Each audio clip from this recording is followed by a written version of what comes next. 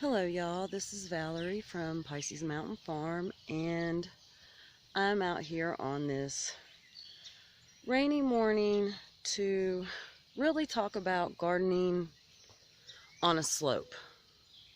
I live in the Appalachian Mountains in north central West Virginia, Zone 6A for those interested, and we have not only Appalachian red clay. I'm going to get a little close-up of this and try to show you. These are the conditions. I'm going to take my camera and point it directly at the ground so you can see what I'm talking about. Okay, so what this causes is, honestly, plants to maybe not grow as big as quickly. It needs a lot of amendment. It needs a lot of digging. It needs a lot of soil work to get it to where you're going to have nice loam. There are disadvantages to this. Obviously, it gets compacted in the heat. So mulch is absolutely 100% necessary for everything, at least in my experience. The places where you put mulch down, your plants just look so much healthier and happier.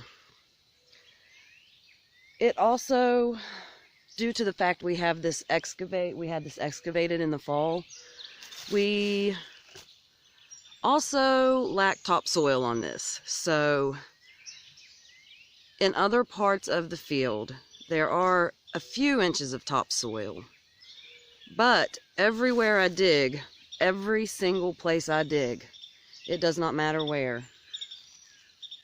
You can probably even see it behind me. I'm digging up stones. Like everywhere. I mean, if I pan around, and this is just the stuff that's on top. This doesn't count the stuff that you could dig up if you tried. That's literally just on top.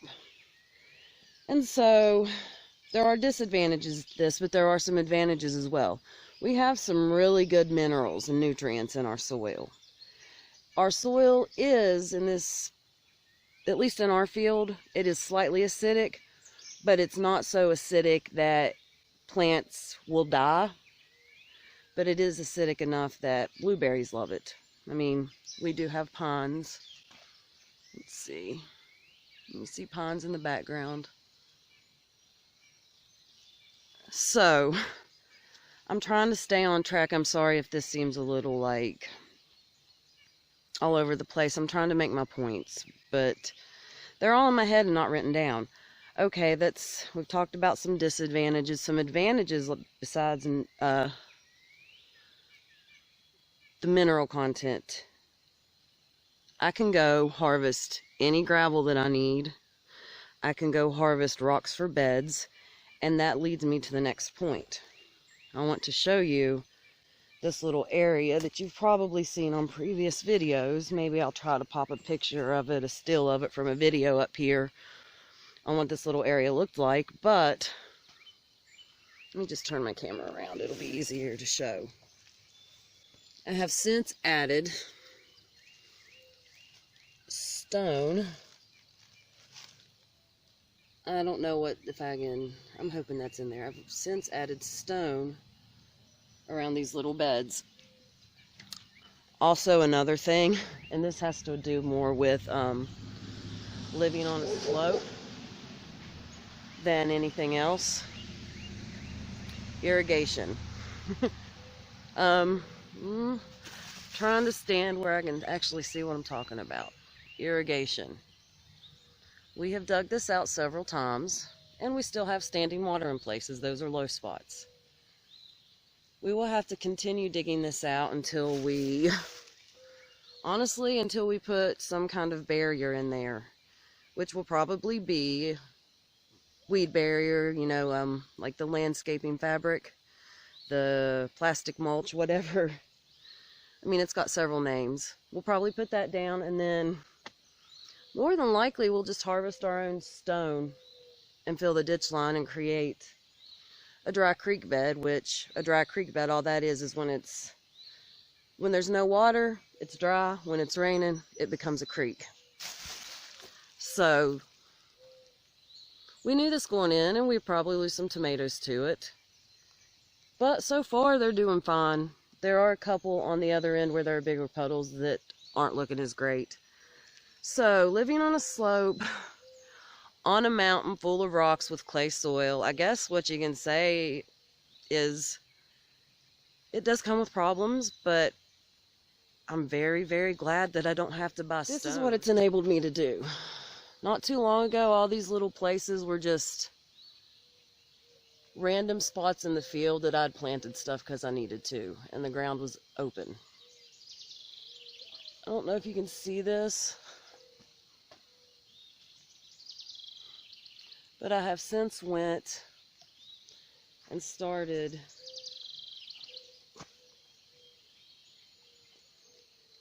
using those rocks to form beds. If you've seen the stone around some of my other beds that I've started, they all came from up here. And like, look at these two nice ones. I've been saving the really big ones like this to put around the house. I do want to show you one more thing. Any place where there is a stream running down the hill or water goes down the hill, just for an example on this slope, after rain, you'll get like stones unearthed everywhere. And another pro tip, especially in clay, I don't have a shot to show you of what it's like to dig these up whenever the sun has been baking this stuff, but let me show you what it's like if you've ever dug stone out of a field. Let me show you what this is like if you just go ahead and do it in the rain, or after the rain. Hold on, can you see this? What about that one? Oh, that one wasn't even in the ground. Neither was that. Ooh, let's get this big boy right here. And I'm serious, if you've ever, or one of these, if you've ever dug stone out of the clay, like, I just want to show you that's embedded down in there. If you've ever done this in the bright hot sun, let's see, let's just get this one. Like, look, you will know you're not pulling it out with your fingertips. Okay. I want to show you one better example of the water running down the stream, because that one wasn't really a good example. There does get water, but over here you'll be able to see where it cuts through, and you'll see what I mean better. This is a place where the water cuts across our field and drains down, but every time it rains, there's more and more stone unearthed. So what that means for us is over the next several years, we will be doing a combination of digging out stone and trying to move as close as we can to no-till.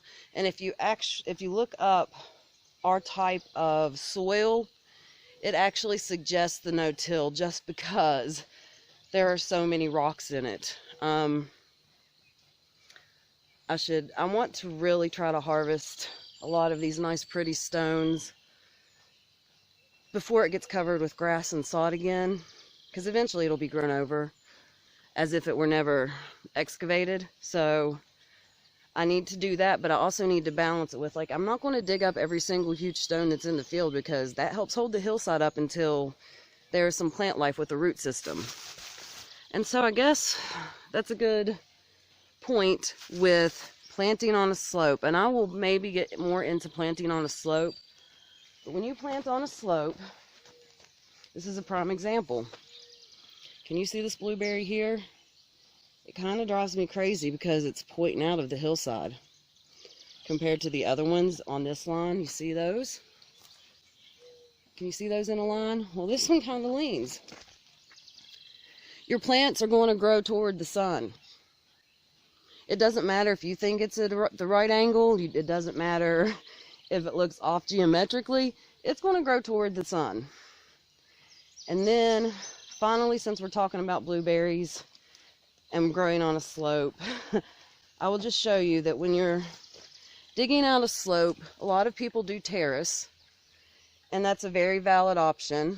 I do a method where I just do in-ground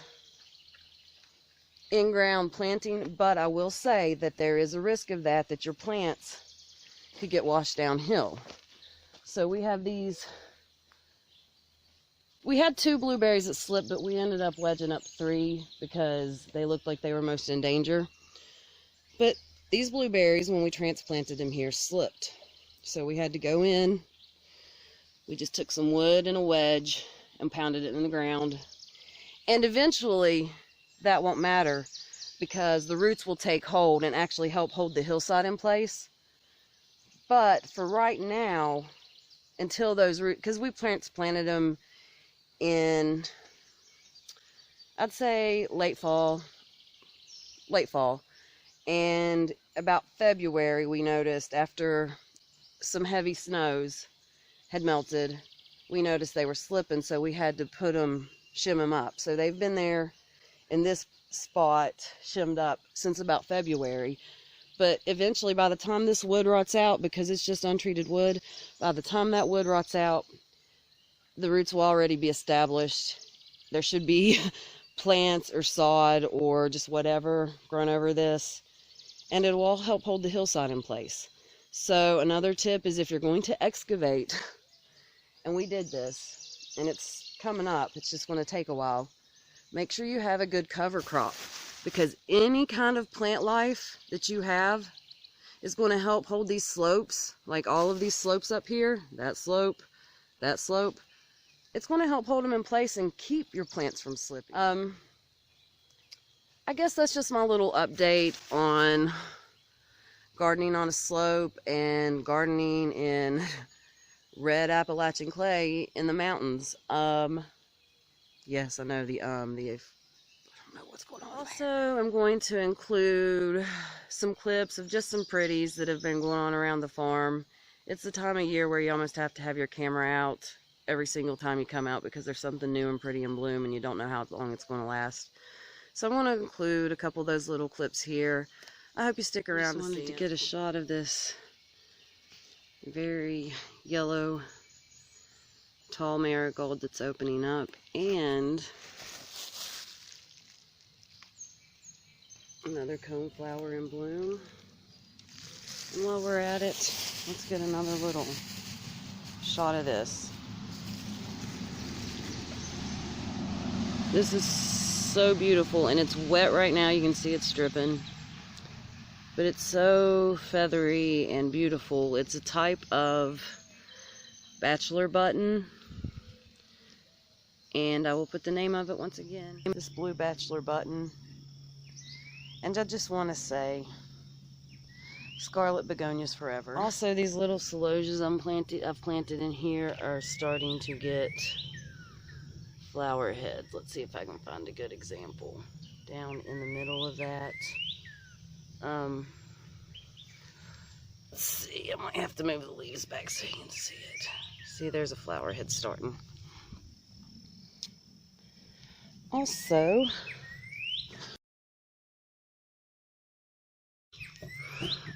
I have some yellow celosias starting to get a flower. I will probably pinch those.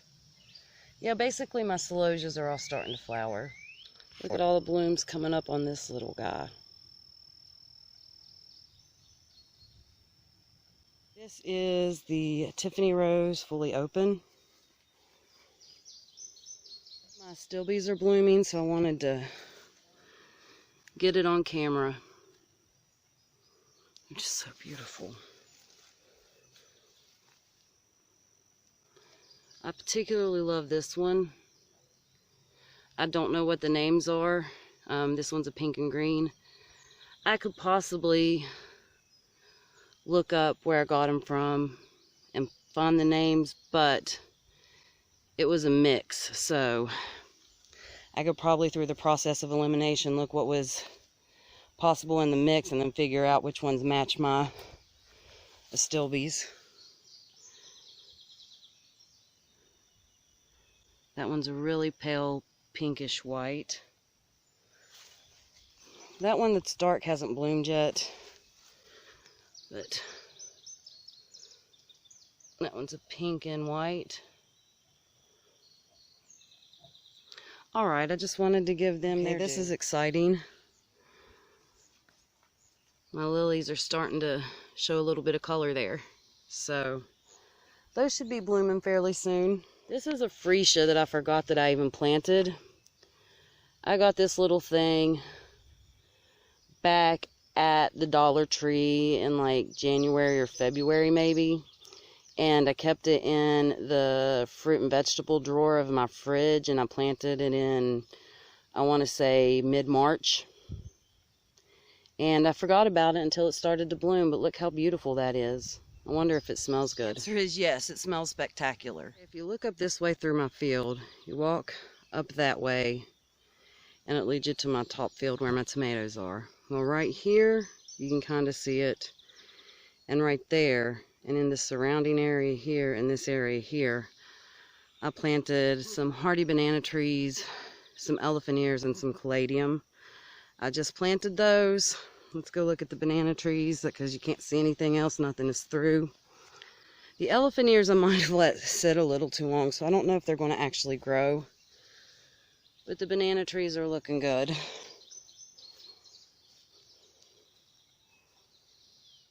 This is my elderberry plant.